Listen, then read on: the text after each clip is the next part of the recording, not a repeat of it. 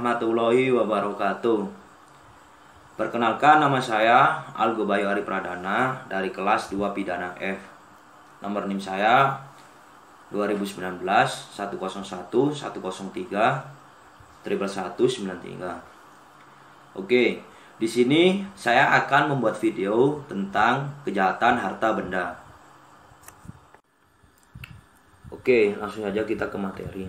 Adapun uraian singkat pengertian dari kejahatan terhadap harta benda, yaitu egoistis, individual, dan keinginan memperoleh materi, harta kekayaan, atau materi yang semakin menonjol, segala bentuk dan jalan yang mereka gunakan untuk mendapatkannya. Bahkan tidak sedikit mereka gunakan untuk mendapatkannya. Bahkan tidak sedikit mereka melakukan tindak pidana kejahatan, baik dengan melakukan pencurian, penggelapan, serta penipuan. Tindak pidana kejahatan terhadap kekayaan, baik yang dilakukan perseorangan atau berkelompok, membuat resah serta khawatir masyarakat. Pemerintah sebagai pemimpin bangsa sangat diharapkan untuk menjaga keamanan dan ketertiban bangsa Indonesia dalam menjalankan kehidupan bermasyarakat. Maka dibentuklah perundang-undangan tentang kejahatan terhadap kekayaan dalam bentuk suatu kitab undang-undang hukum pidana. Sebagai salah satu tanggung jawab pemerintah menangani kejahatan tersebut. Harta kekayaan merupakan salah satu hal yang perlu dilindungi dalam hukum. Segala tindak kejahatannya atau percobaan kejahatannya terhadap harta kekayaan perlu diadili dalam persidangan. Demi terciptanya kepastian hukum dalam masyarakat, pemerintah merumuskan dalam KUHP pasal 362 sampai 367 tentang pencurian dan pasal 372 sampai 376 tentang penggelapan sebagai bagian tindak pidana terhadap harta kekayaan.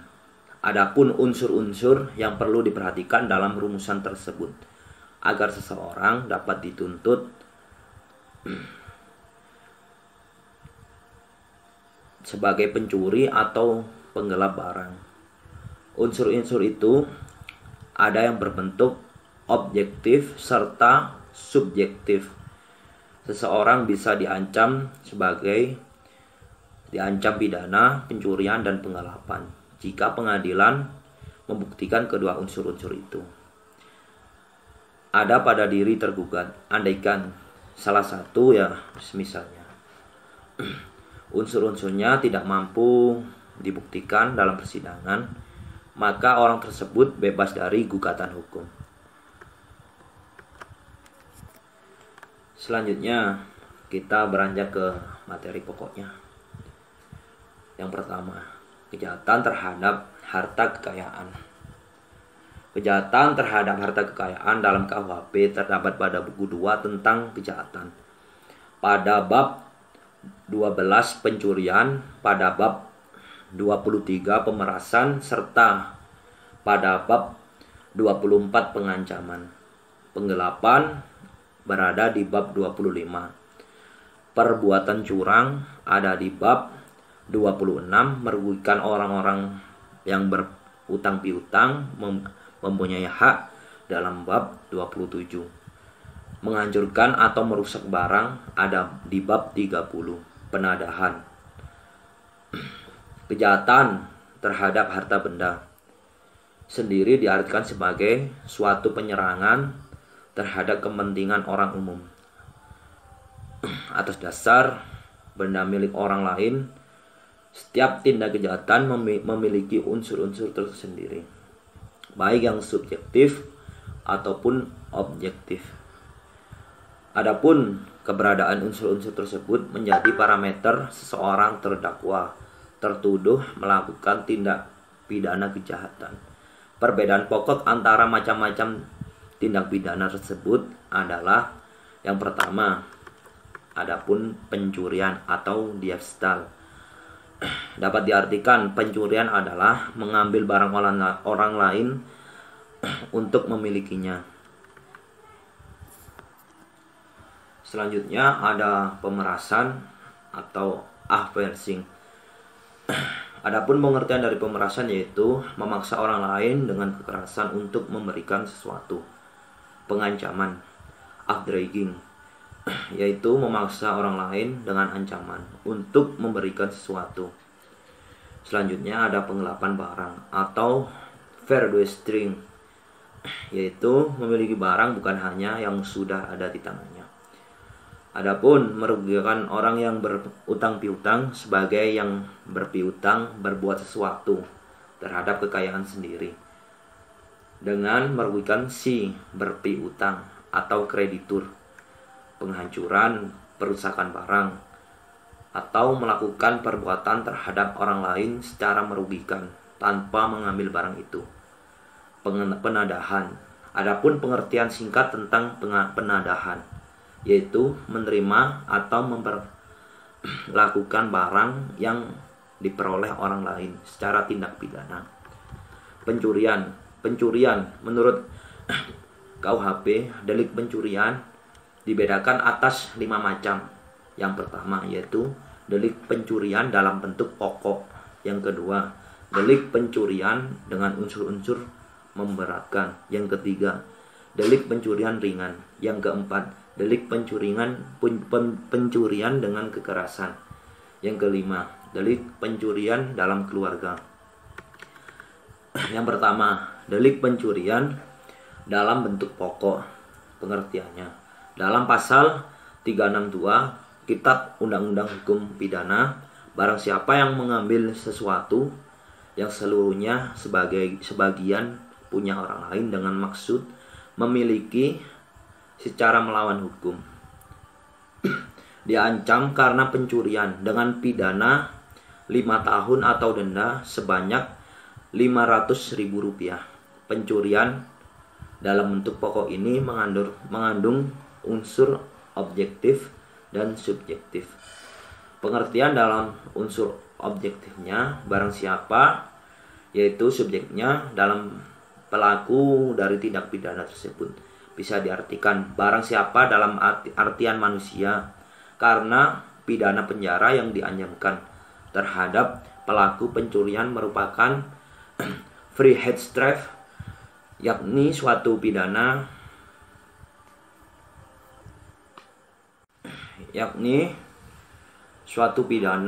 yang bertujuan untuk membatasi kebebasan si pelaku tersebut. Dan pidana merupakan suatu Vermogenstraf, yakni pidana bertujuan untuk mengurangi kekayaan si pelaku, atau Vrijheidsstraf dan Vermogenstraf hanya bisa ditampakkan kepada manusia. Karena yang dapat dikurangi harta kekayaan sebagai suatu pidana ini bukan hanya manusia saja, maka ada yang mengartikan barang siapa atau Higgs ini manusia atau suatu badan hukum. Lamintang menyalahkan pendapat bahwa suatu badan hukum bisa dijadikan pelaku pencurian dengan alasan karena dalam penjelasan tentang pembentukan pasal 59 KUHP mengatakan suatu tindakan pidana itu hanya dapat dilakukan oleh seorang manusia. Anggapan seolah-olah suatu badan hukum itu dapat bertindak seperti seorang manusia tidak berlaku di bidang hukum pidana. Mengambil atau werwagen artinya membawa barang dari tempat asalnya ke tempat yang lain, jadi barang tersebut harus bersifat digerakkan, dapat diangkat serta dipindahkan. Adapun istilah mencuri tanah itu maksudnya memiliki tanah tanpa hak. Kemudian apabila pencopet memasukkan tangannya ke dalam tas, orang lain dapat memegang dompet atau uang yang tersimpan dalam tas dengan maksud memiliki, akan tetapi si pencopet tersebut keburu diketahui pemilik, maka si pencopet itu dituntut dengan percobaan pencurian bukan pencurian. suatu benda. Ini artinya benda yang diambil pelaku. Adapun yang dimaksud dengan benda itu harus berharga dan bernilai bagi si korban tersebut. Bagi yang diambil itu tidak terbatas mutlak milik orang lain, tetapi juga sebagian dimiliki si pencuri, yaitu apabila merupakan suatu harta warisan yang belum dibagi, dan si pencuri merupakan si ahli waris tersebut yang turut berhak atas barang itu, sebagian atau seluruhnya, kepunyaan orang lain, atau that gehel of Geldselterjik and in under to be hold. Artinya barang tersebut bukan milik pelaku tetapi merupakan milik orang lain secara utuh atau sebagian. Jika barang itu milik si pencuri, maka temuan itu tidak termasuk pencurian. Unsur subjektifnya menguasai benda terhadap dengan melawan hukum. Menteri Kehakiman menyatakan bahwa dimaksud dengan okmek atau maksud dalam pasal 362 ialah nasti yudul, atau dalam doktrin disebut bitskomen ukmet, atau maksud lebih lanjut, maksud menguasai barang berarti untuk memiliki bagi diri sendiri atau dijadikan sebagai barang miliknya. Menurut Wirjono, ada suatu kontradiksi antara memiliki barang dan melawan hukum. Memiliki barang itu berarti menjadikan dirinya pemilik, sedangkan menjadi pemilik suatu barang harus menurut hukum. Maka sebenarnya tidak mungkin orang memiliki barang orang lain dengan melanggar hukum, karena kalau melanggar hukum tidak mungkin menjadi pemilik barang itu. Oleh karena itu, Wirjono mendefinisikan memiliki barang dengan melawan hukum tersebut adalah berbuat sesuatu dengan suatu barang seolah-olah pemilik barang itu, dan dengan perbuatan itu si pelaku melanggar hukum. Mr. R. Tresna merumuskan sebagai berikut, bahwa yang mengambil itu bermaksud untuk memiliki barang itu, artinya terhadap barang itu ia bertindak seperti yang punya. Bahwa memiliki barang itu harus tanpa hak, artinya dengan memperkosa hak orang lain atau berlawanan dengan hak orang lain. Yang mengambil itu harus mengetahui bahwa pengambilan barang itu tanpa hak. Yang kedua, tindak pidana pencurian dengan unsur yang memberatkan diatur dalam pasal 363 KUHP. Pencurian tindak pidana pencurian dengan unsur memberatkan mempunyai arti sama dengan pencurian dalam bentuk pokok. Akan tetapi pencurian itu ditambah unsur lain yang tercantum dalam 363 KUHP yang bersifat memberatkan si pelaku, sehingga ancaman pidananya selama-lamanya 7 tahun. Adapun termasuk pencurian tersebut adalah sebagai berikut. Yang pertama, adapun pencurian hewan ternak. Yang kedua, pencurian pada waktu ada kebakaran, letusan, banjir, gempa bumi, tsunami, serta gunung meletus, kapal karam, dan kapal terdampar, serta lain-lainnya. Yang ketiga, pencurian pada waktu malam hari dalam sebuah rumah atau perkarangan yang menutup yang ada rumahnya, yang dilakukan oleh seorang ada di situ diketahui dan dikehendaki oleh orang yang berhak. Yang keempat, pencurian yang dilakukan oleh 2 orang atau lebih dengan bersekutu. Yang kelima, pencurian yang masuk ke tempat melakukan kejahatan untuk sampai pada barang yang diambil, dilakukan dengan merusak, memotong, memanjat, dan memaki anak kunci palsu, perintah palsu, atau pakaian jabatan palsu. Yang ke-6, jika pencurian yang tercantum dalam butir C tersebut disertai dengan salah satu dalam butir D dan E, maka diancam dengan pidana penjara paling lama kurang lebih 9 tahun. Kemajuan teknologi informasi dengan pidana menjadi starting point dalam keberadaan cybercrime. Kejahatan dunia maya secara yuridis dapat membawa dampak pada hukum yang mengatur tentang hal tersebut. Perhatian terhadap cybercrime tersebut dikarenakan dampak adanya cybercrime yang bersifat negatif serta dapat merusak terhadap seluruh bidang kehidupan modern saat ini.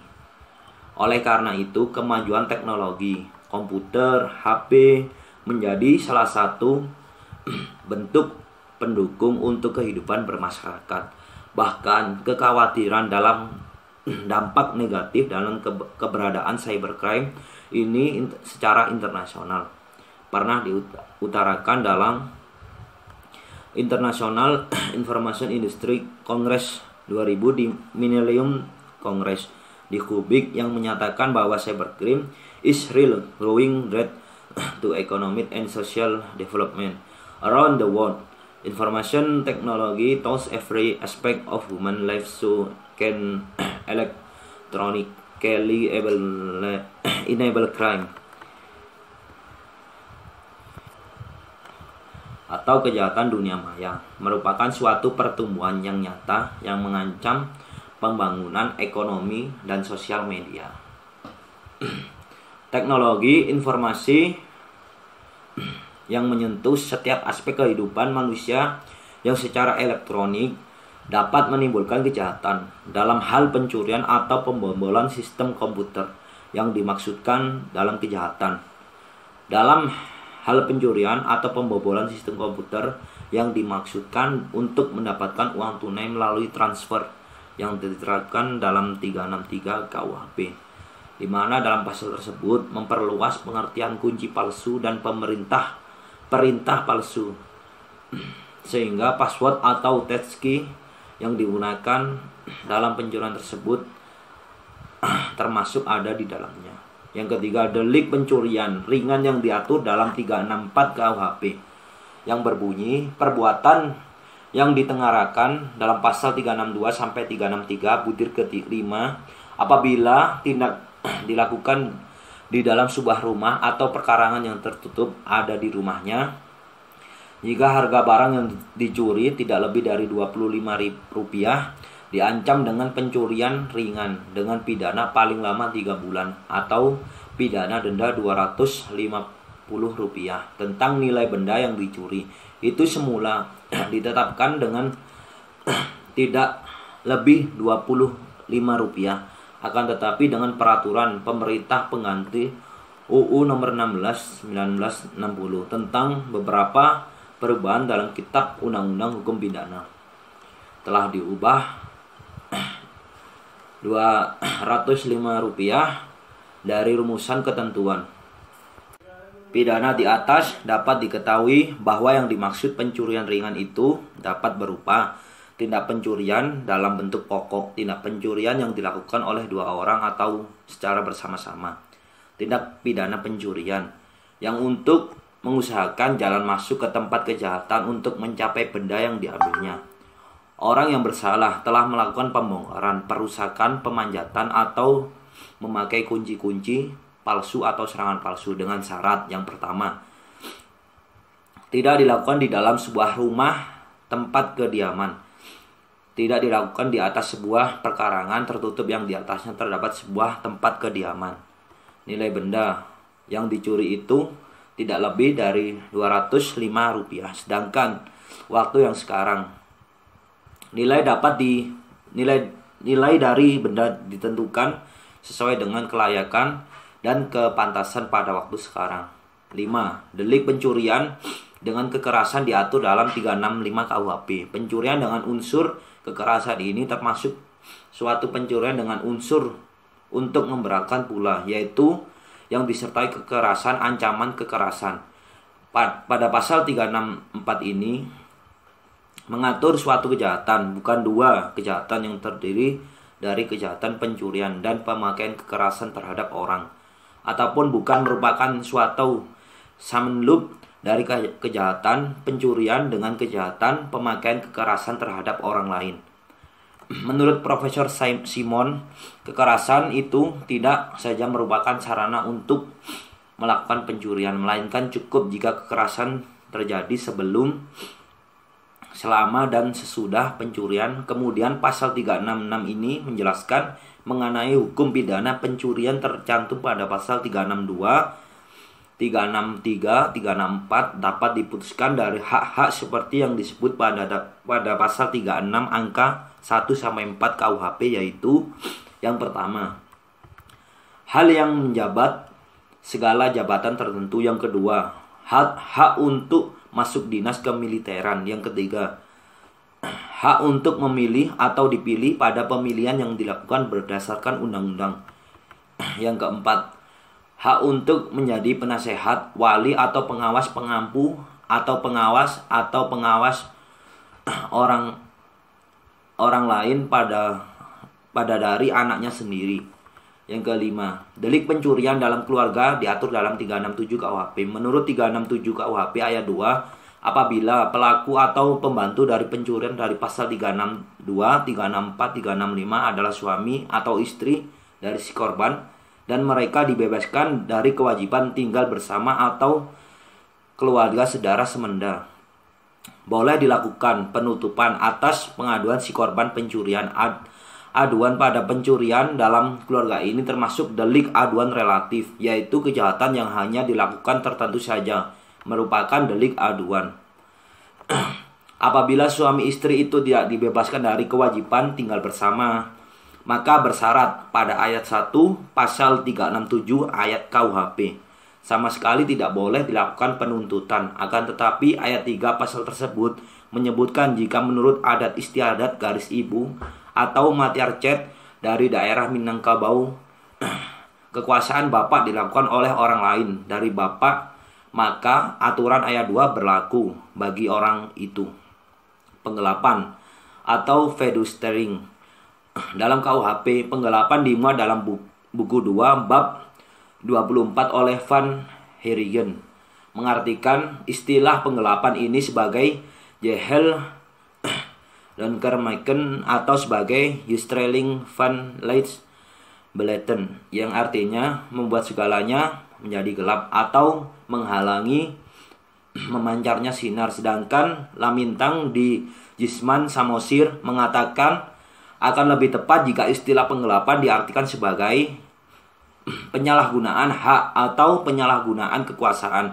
Akan tetapi para sarjana ahli hukum lebih banyak menggunakan kata penggelapan. Penggelapan adalah kejahatan hampir sama dengan pencurian yang dijelaskan pada pasal 362. Hanya saja pada pencurian barang yang dimiliki itu masih berada di tangan pelaku dan masih harus diambilnya. Sedangkan pada penggelapan waktu dimilikinya barang itu sudah ada di tangan pelaku. Tidak ada jalan kejahatan menurut KUHP tindak pidana. Penggelapan dibedakan atas 5 macam, yaitu tindak pidana penggelapan dalam bentuk pokok, tindak pidana penggelapan ringan, tindak pidana penggelapan dengan unsur-unsur yang memberatkan, tindak pidana penggelapan oleh wali, dan lain-lain. Tindak pidana penggelapan dalam keluarga. Selain macam-macam penggelapan dalam disebutkan di atas tadi, masih ada tindak pidana yang lain mengenai penggelapan, yaitu kejahatan jabatan. Pada pasal 415 pada pasal 417 yang kini ditarik dalam tindak pidana korupsi yang diatur dalam pasal Undang-Undang Nomor 31 tahun 99 dan Undang-Undang Nomor 20 tahun 2001. Penggelapan dalam bentuk pokok. Penggelapan dalam bentuk pokok dijelaskan pada pasal 32, yakni barang siapa yang sengaja melawan hukum memiliki barang sesuatu yang seluruhnya atau sebagian adalah kepunyaan milik orang lain, tetapi yang ada di dalamnya kekuasaan, bukan karena jabatan, diancam karena penggelapan dengan pidana penjara paling lama 4 tahun atau pidana denda paling banyak Rp900. Penggelapan yang dicantumkan pada pasal di atas oleh R. Susilo disebut dengan penggelapan biasa. Unsur-unsur yang terdapat pada pasal 372 ini terdiri dari unsur objektif dan subjektif.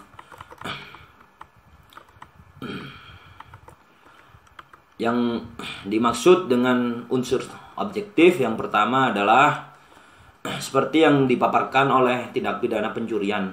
Kata barang siapa ini menunjukkan orang apabila telah memenuhi semua unsur tadi tindak pidana penggelapan, maka dia disebut pelaku atau dader. Untuk yang subjektif, unsur kesengajaan memuat pengertian, mengetahui dan menghendaki. Berbeda dengan tindak pencurian yang tidak mencantumkan unsur kesengajaan atau object delicts. Salah satu unsur tindak pidana pencurian, rumusan pada pasal 372 KUHP mencantumkan unsur kesengajaan pada tindak pidana penggelapan, sehingga dengan mudah orang mengatakan penggelapan merupakan object delik atau delik sengaja. Yang kedua, penggelapan ringan. Penggelapan ringan ini diatur pada pasal 373, yaitu penggelapan biasa pada pasal 372. Yang jika penggelapan itu bukan binatang atau hewan ternak dan barang harganya lebih dari Rp250. Dengan demikian maka penggelapan hewan, penggelapan barang yang harganya lebih dari Rp250, penggelapan barang yang tidak dapat dinilai harganya, penggelapan dengan pemberatan pasal 374 sampai 375 KUHP. Kemudian harga barang yang digelapkan kurang lebih dari Rp250 itu tidak masuk dalam penggelapan ringan. Unsur-unsur terkandung dalam pasal ini, semua unsur terkandung dalam 372. Unsur objek, unsur khususnya objek, bendanya bukan ternak, harga atau nilainya tidak sampai Rp250, bukan penggelapan dalam bentuk berat. Adapun yang selanjutnya, penggelapan oleh wali dan lain-lain. Dalam pasal 375 dijelaskan bahwa penggelapan dilakukan oleh orang yang karena terpaksa diberi barang dan bentuk, atau yang dilakukan oleh wali, pengampu, pengurus atau pelaksana surat wasiat, pengurus lembaga sosial atau yayasan terhadap barang sesuatu yang dikuasainya. Selaku demikian diancam dengan pidana penjara paling lama 6 tahun. Selain unsur-unsur yang terkandung dalam pasal 372 di atas, unsur dalam penggelapan yang ada pada 375 adalah beradanya benda objek penggelapan di dalam kekuasaan pelaku disebabkan karena yang pertama, terpaksa disuruh menyimpan barang itu. Biasanya disebabkan karena terjadi kebakaran, banjir, dan sebagainya. Yang kedua, kedudukan sebagai seorang wali. Wali yang dimaksudkan di sini adalah wali bagi anak-anak yang belum cukup umur atau dewasa.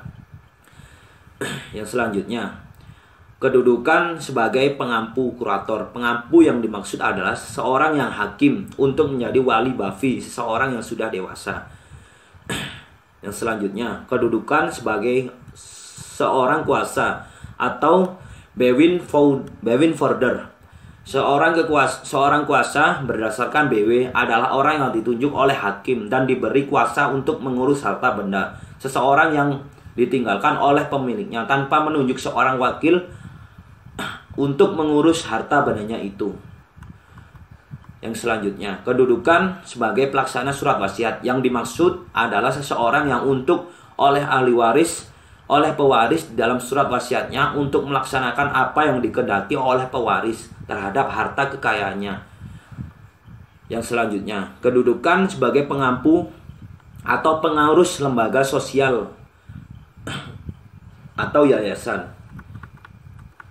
Penggelapan dalam keluarga. Tindak pidana penggelapan dalam keluarga disebut juga delik aduan relatif, di mana adanya aduan merupakan syarat untuk melakukan penuntutan terhadap orang yang mengadu. Disebutkan namanya di dalam pengaduan dasar hukum. Delik ini diatur dalam pasal 376 yang merupakan rumusan tindak pidana dalam pencurian keluarga, sebagaimana telah diatur dalam pembahasan tentang pidana pencurian, yang pada dasarnya pada ayat pertama bahwa keadaan tidak bercerai meja dan tempat tidur dalam keadaan tidak bercerai, harta kekayaan merupakan dasar peniadaan penuntutan terhadap suami atau istri yang bertindak sebagai pelaku atau membantu tindak pidana penggelapan terhadap harta kekayaan istri dan suami mereka. Sekian video dari saya. Apabila ada salah kata, sekian. Mohon maaf. Wassalamualaikum warahmatullahi wabarakatuh.